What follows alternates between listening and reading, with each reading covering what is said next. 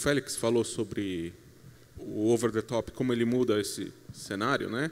Aqui a gente tem comemorado nos últimos anos o crescimento aí de 30%, né, do setor de TV por assinatura, uma coisa que nunca foi vista, né? Eu lembro que na época da privatização, quando lançaram o PAST lá, o plano que mostrava crescimento, né? O Valente lembra melhor do que eu, né? Que TV por assinatura era o único serviço que nunca alcançava, né, as metas. Mas se a gente vê em mercados mais maduros, tipo os Estados Unidos, né, a base de assinantes já começou a cair, né? Eu falei com o consultor da Boston Consulting Group recentemente, ele falou assim que tem dois perfis aí. Tem um cara lá que em 2008 foi afetado pela crise, e daí resolveu cortar a TV por assinatura, mas tem um cara lá de 20 e poucos anos que ganha bem, compra o televisor mais caro que ele consegue, daí ele conecta na internet, usa Hulu, Netflix e TV aberta para ter esporte, e acha que não precisa disso. Como que vocês veem esse cenário aí de... Isso deve acontecer no Brasil também?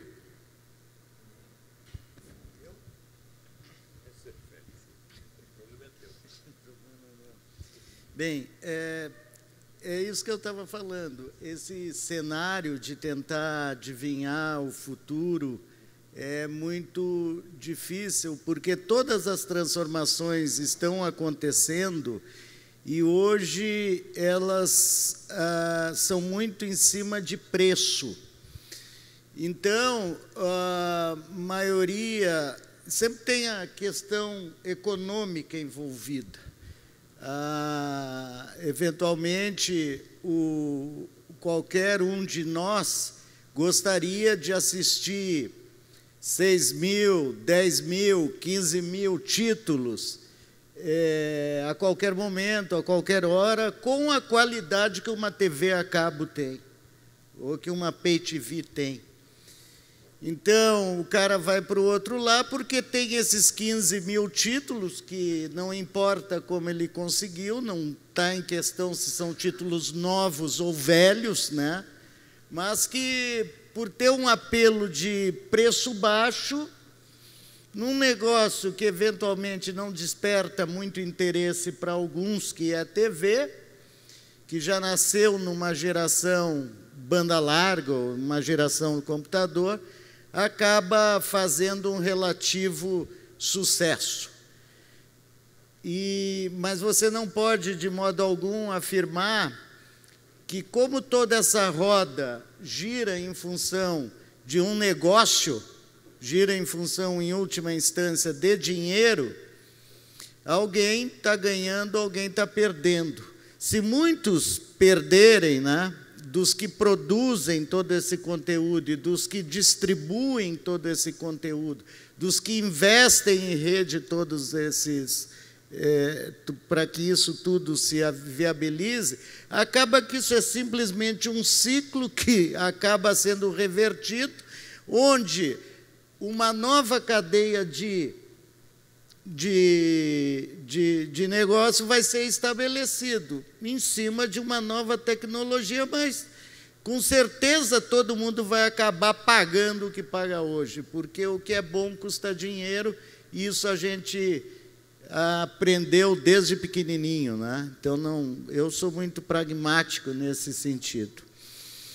Então, nos Estados Unidos, esse movimento ele está muito sendo debatido por nossa causa, por nós aqui, né, que temos que disponibilizar toda essa coisa. A gente não sabe direito o que vai acontecer, a gente não sabe quem paga a conta, a gente não sabe quem financia as redes, mas eu te asseguro que, se acontecer algo extraordinário, vai levar muitos anos, a ponto de afetar, eventualmente, o negócio de televisão paga. Essa é eu não tenho bola de cristal, mas essa é uma opinião pessoal, né? Sendo que pode até existir no futuro uma nova TV paga sobre novas bases, né? Sobre novos fundamentos, mas vai continuar sendo TV paga. De novo, aqui, vocês todos, aqui, a maioria ou boa parte, são produtores de conteúdo, né? Vocês precisam sobreviver. E Valente, como que você vê essa questão também, já que existe aquela intenção lá é preciso ter os 3 serviços para garantir o cliente, e de repente tem um cliente novo aí que fala, não, banda larga para mim já resolve tudo. Olha, eu acho que o que nós estamos tendo de modificação importante no mercado, faço minhas as palavras do Félix também, é que você já tinha acesso a determinados conteúdos através da tela pequena, né? Então, você, considerando os computadores e considerando alguns terminais com até 30 polegadas que você utilizava nas suas casas, você tinha, de certa forma, o teu conteúdo. O que apareceu de novo aí nos últimos tempos? Foi aí a questão da televisão conectada, né? Acho que a televisão conectada ainda tem alguns problemas de navegabilidade e tal, mas realmente aquilo é uma coisa que muda um pouco o cenário, né? Quer dizer, pega uma televisão de 65 polegadas, né? Onde você tem a conexão direta, uma velocidade importante e uma quantidade grande de conteúdos, realmente é um fator aí para fazer algumas reflexões, né? E a impressão que eu tenho é que esse processo ele vai, obviamente, se acelerar, né? Quer dizer, por uma série de razões, né? A gente está trabalhando todos os dias para que cada vez a conectividade se dê em bases com infraestrutura melhor. Certamente vão surgir cada vez mais modelos de negócio mais agressivos e tal. E eu acho que a gente tem a característica do nosso mundo, né? Aí estamos todo mundo na mesma canoa. Conteúdos, provedores de infraestrutura. Nós vivemos nesse mundo onde as coisas mudam muito rapidamente, onde nós sempre falamos de números amazônicos, e a gente tem que encontrar a solução para, no final, pagar a conta da padaria, né? E, no final, é como disse o Sérgio Félix, não adianta, tem que pagar a conta da padaria. E esses são os desafios que a gente tem. Agora, acho que tem algumas tendências que são difíceis de serem revertidas. Juarez? Eu sou um pouco mais otimista, eu acho que vocês dois, com relação a isso. Eu acho que existe um ecossistema entre produtor de conteúdo e cadeia de distribuição que é extremamente vencedor nos Estados Unidos, aqui e na maior parte do mundo, né? Essas duas indústrias são interdependentes. E não interessa a nenhum parceiro desse ecossistema que o ecossistema se destrua. Então, eu acho que a primeira coisa, a gente tem que ter muito claro o trabalho de todo mundo, tanto do produtor de conteúdo como a distribuição, tem sido absolutamente na mesma direção, de fornecer um serviço, um conteúdo de melhor qualidade, com uma distribuição de melhor qualidade, e o consumidor sempre querendo um preço menor por esse serviço. Eu acho que esse é o desafio que a gente efetivamente tem nesse mercado. É lógico que tem sempre consumidor com menor poder aquisitivo que vai comprar um produto de pior qualidade, que eventualmente nem a Telefônica, nem a NET estejam interessados em servir esse consumidor. E é um pouco isso que a gente vê acontecendo, esse grupo de consumidor de um menor poder aquisitivo que não tem a possibilidade, não tem interesse ou não tem o tempo para consumir ou para pagar por 200 canais, 150 canais e 100 canais. Eu acho que isso vai demorar, se for uma tendência, isso vai demorar um tempo muito grande. Mas, independente disso, o provedor de infraestrutura está nesse negócio. Então, se não é na TV por assinatura do Félix, mas vai ser na banda larga do Félix que esse conteúdo será consumido. Por isso que eu acho que eu reforço, eu acho importante um pensamento estratégico de precificação. Assim, eu acho que a gente tem que fazer um trabalho de educação do consumidor com relação a isso. Qualidade custa, né? Então, a distribuição de tráfego dentro da rede do Félix, ele conhece muito bem, a gente sabe que tem 5% de consumidor, ou 6%, usando 60% a 70% dessa capacidade. Então, ele tem que pagar por isso. Então, eu acho que é fundamental que a gente tenha um modelo de educação do mercado brasileiro, tanto na banda móvel quanto no fixo, entendendo sempre que custa, né? Trafegar dados custa, não é de graça. Ele tem que pagar por isso e tem que pagar o melhor preço possível, o preço justo por isso. Agora, eu acho que esse modelo nosso, de uma forma geral socialista, que todo mundo paga a mesma coisa, independente do consumo, ele não se segura mais, principalmente nos celulares. Que a situação, eu tenho acompanhado o consumo de dados a partir da Globo.com de celulares, eu estou ficando assustado. Isso está explodindo. Então, se ele acha que o preço é igual por trafegar um e-mail, mandar um SMS ou assistir um vídeo no celular, e a gente cobra, e diz para ele quando cobra é a mesma coisa, a gente está criando um problema para o futuro extremamente sério.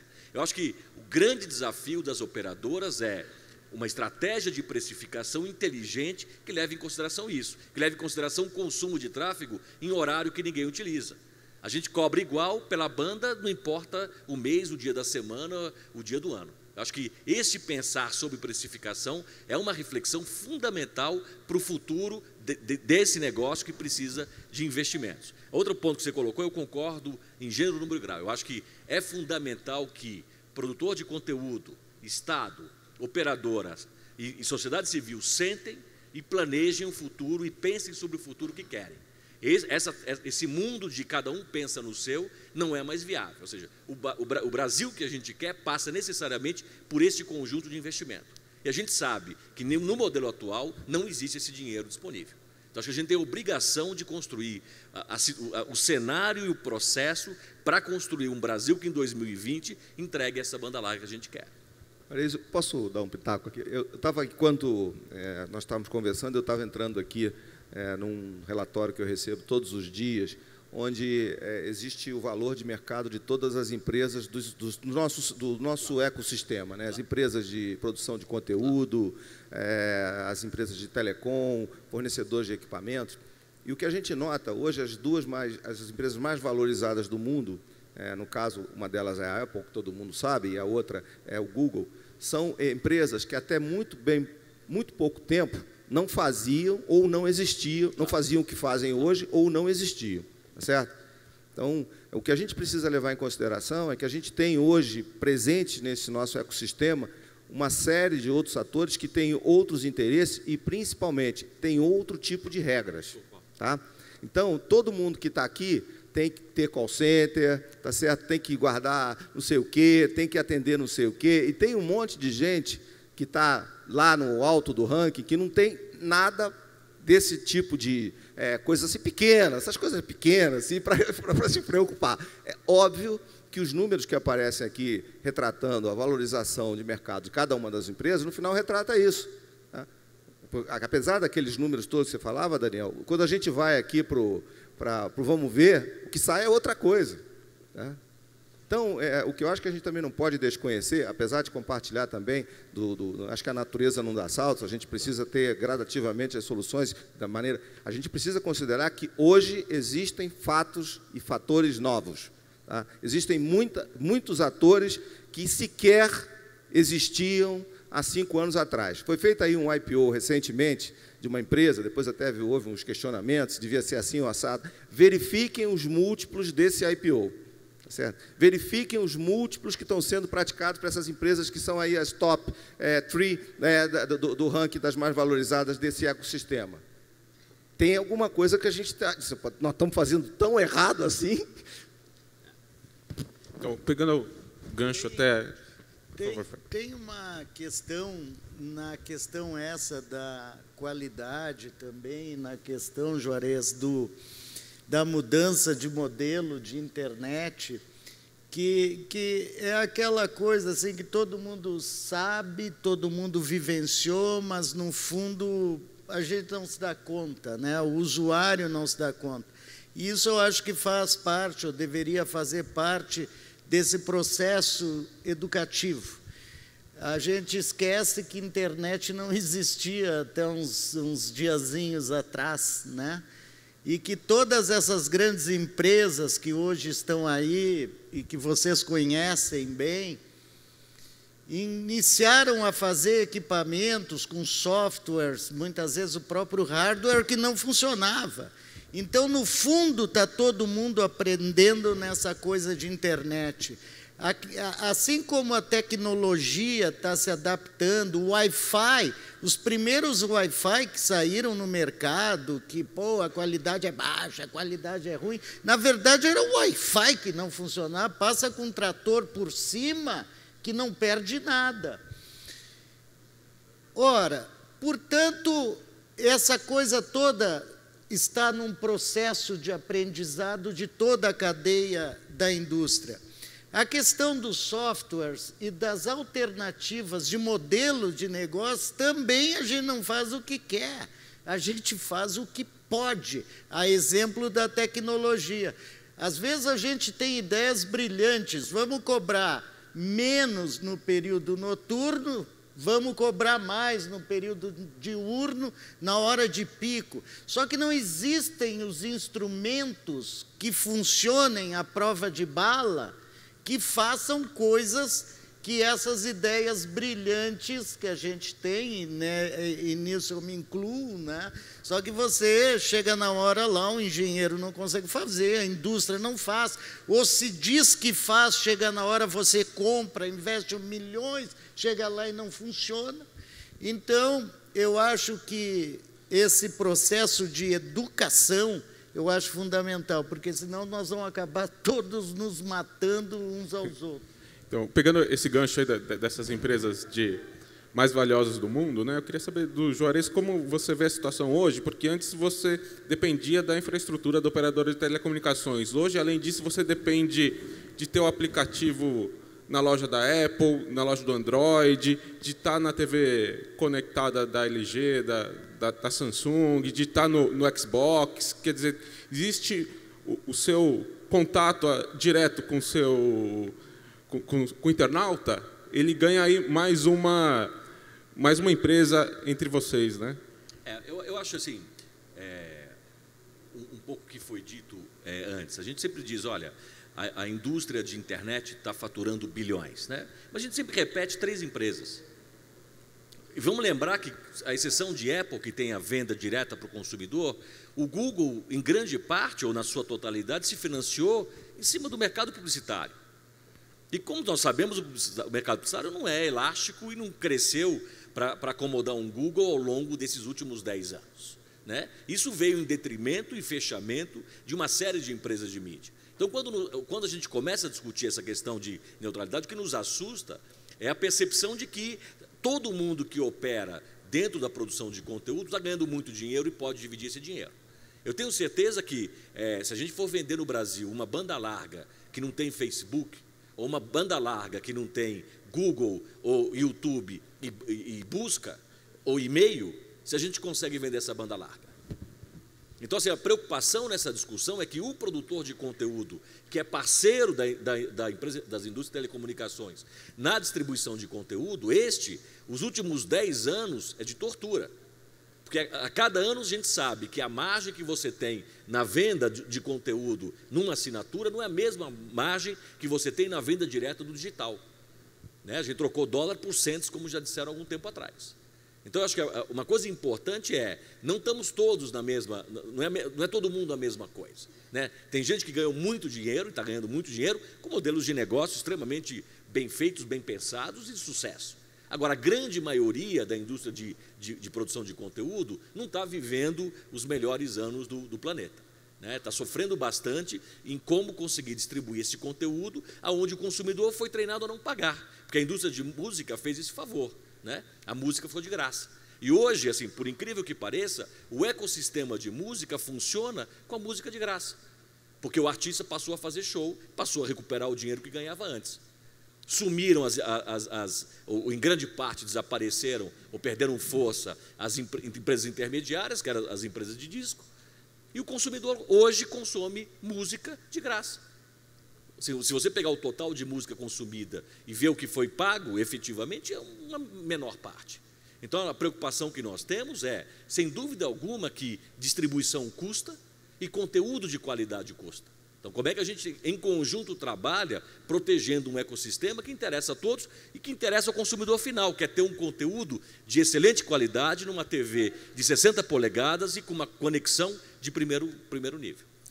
O Google é a empresa de mídia perfeita, né? Porque ele vende publicidade e não precisa gerar conteúdo, né? Não, exatamente. Né?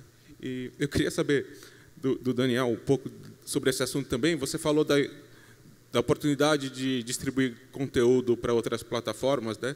Estava lembrando que o velho Marshall McLuhan, em 1960, escreveu num livro dele lá que o conteúdo é o bolo de carne que o ladrão usa para distrair o cão de guarda da mente, né? Quer dizer, conteúdo é um pretexto para você ter essa relação com a sua audiência e, no final, a radiodifusão extrai valor dessa audiência, né? quando você perde o contato direto com a audiência, né, você depende de outros canais para ser distribuído, como que fica o negócio da radiodifusão? Acho que esse é o cerne da nossa preocupação, é quando você tem essa perda do contato direto e a possibilidade. A gente entende bem que não seria uma restrição, mas um controle de tráfego. A posição do setor está muito alinhada com essa necessidade, do nosso ponto de vista, de repensar a tarifação, a cobrança, porque não faz sentido você, curva ABC, você ter um pedaço consumindo muito, pagando como todo mundo. E do ponto de vista, a nossa defesa muito forte, nessa, como já foi dito na questão da neutralidade, quando você pega um produtor de conteúdo pequeno de qualquer região do país, ele olha e pensa o seguinte: olha, eu tenho minha capacidade econômica é X, quando eu olho para a Globo, quando eu olho para o SBT, quando eu olho para a Record, para as grandes redes, a minha capacidade econômica é muito menor do que esses. Então, será que o meu conteúdo vai chegar depois desse conteúdo? E essas grandes empresas pensam o seguinte: olha, se você comparar com o Google, né, com o YouTube, com todas as outras, a minha capacidade econômica também é muito menor do que isso. É justo que esse conteúdo, quem possa pagar, receba um conteúdo maior? E aí que chega na última ela da cadeia, que foi nesses 5 trilhões, que é o contexto macro mesmo, como o Valente colocou, mas que você tem por parte das empresas uma ojeriza a essa possibilidade do gerenciamento de rede, que isso possa restringir ou controlar o tráfego. E em relação ao conteúdo, esse é o nosso ativo. Você vê que mesmo no ambiente da internet, está aqui o Juarez, meu colega aqui ao lado, as empresas produtoras de conteúdo, seja do mídia impressa, seja do meio eletrônico, são os que estão com maiores destaques na internet. São os portais com maiores acessos, são os portais que têm maiores visitações. Agora, a equação não é automática. Você não faz essa migração rápida e, principalmente, ela tem um prazo de maturação econômico muito preocupante. Como essa degradação, por esse lado, está avançando mais rápido do que a conquista, você tem uma equação que gera acompanhamento. Mas, para concluir esse raciocínio, é no seguinte sentido: toda nova forma, seja a distribuição da televisão aberta nos aparelhos móveis, seja na internet, seja na TV a paga e assim por diante, e o SEAC traz uma possibilidade de cobrança para o sinal digital, que a gente entende que foi um dos pontos principais, valorizam o nosso maior ativo, que é o conteúdo nacional. Bom, o Félix quer fazer algum comentário? Não, eu queria só, não sei se Félix, você quer... Teve um ponto que o Daniel colocou agora, com relação à questão de cerceamento e tal. Diferentemente do caso do SEAC, que nós ficamos 4 anos e meio discutindo, nesse caso específico, eu nunca lembro, Daniel, Juarez, nós temos tido a oportunidade de sentar e dar os nossos pontos de vista e, eventualmente, desmistificar determinadas posições. Eu acho que uma das coisas que fica absolutamente clara aqui do nosso debate, e esse debate ele não foi só um debate, acho que ele tem um resultado executivo, é que imediatamente nós vamos sentar para a gente poder fazer um workshop, para a gente ver que talvez o que aparentemente significa que nós estamos com um afastamento de posições tão grande, não é isso. Porque, diferentemente das outras situações, nesse caso, a gente não sentou para discutir esse tema. Então, eu acho que fica aqui um trabalho de casa para todos nós, que a gente tem que sentar, Daniel, Juarez, outros componentes também, para a gente discutir, porque parece que a gente está achando coisas sobre os outros que não é realmente o que cada um está achando. Bom, eu tenho uma pergunta aqui para o Graciosa, que você disse a importância da banda larga, né? E a gente discutiu bastante sobre o impacto do vídeo, né, no serviço de provimento de internet, né? Mas a gente tem várias regiões em que a banda larga não suporta vídeo, né? Em regiões, cidades menores, regiões mais afastadas. Eu queria que você falasse um pouco sobre o que poderia ser feito a respeito disso.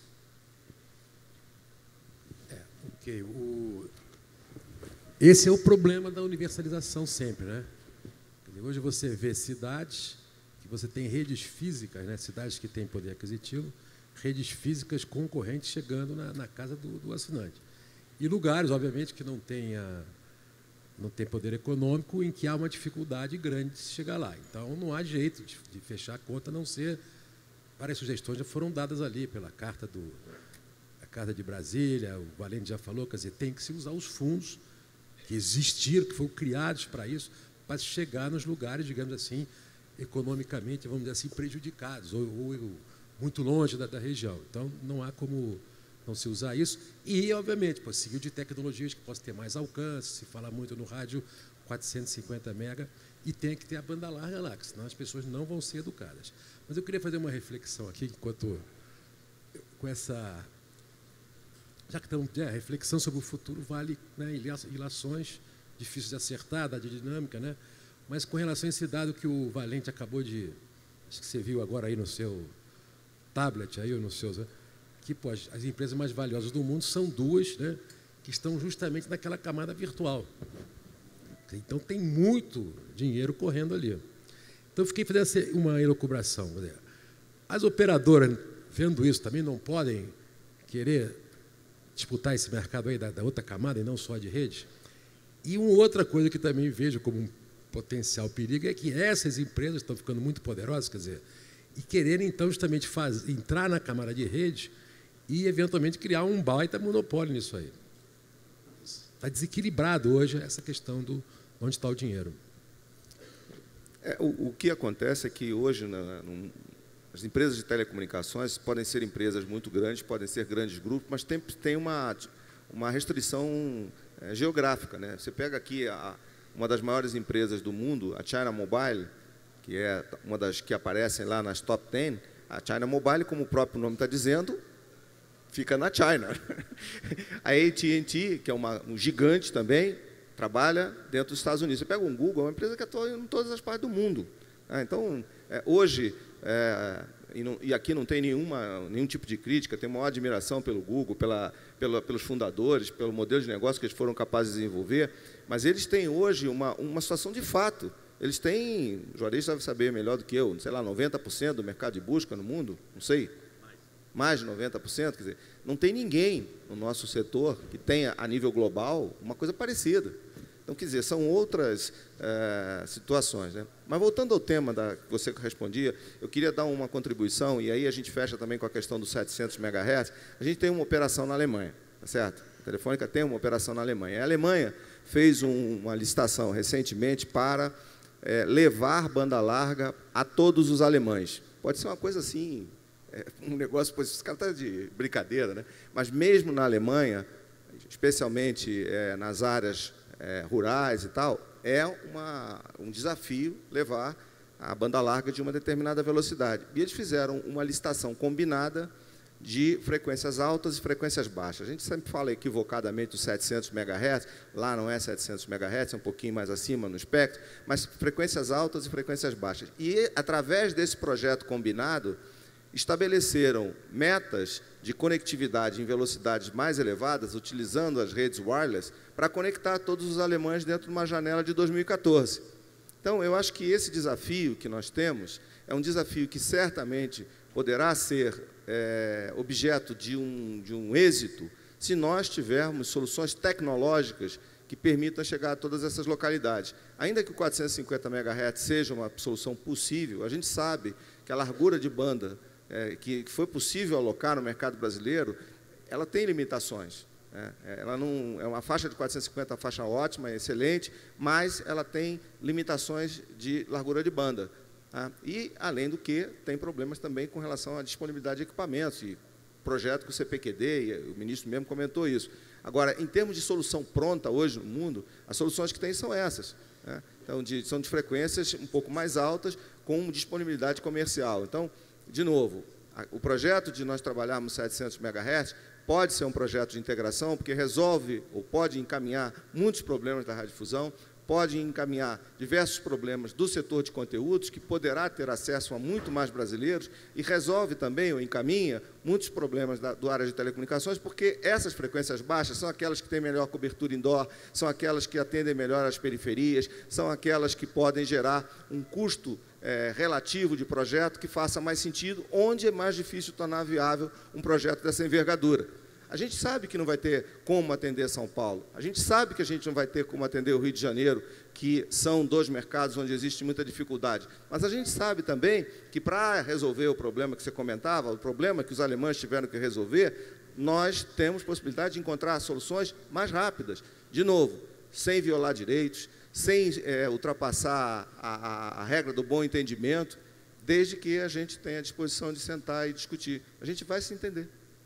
Bom, eu fico muito satisfeito que, além de a gente ter discutido aí temas polêmicos, isso possa ser o começo aí de uma aproximação aí para resolver essas questões. Então, eu agradeço muito sua participação, Valente, o Félix, o Juarez, o Daniel Graciosa. Eu peço palmas para os participantes aqui.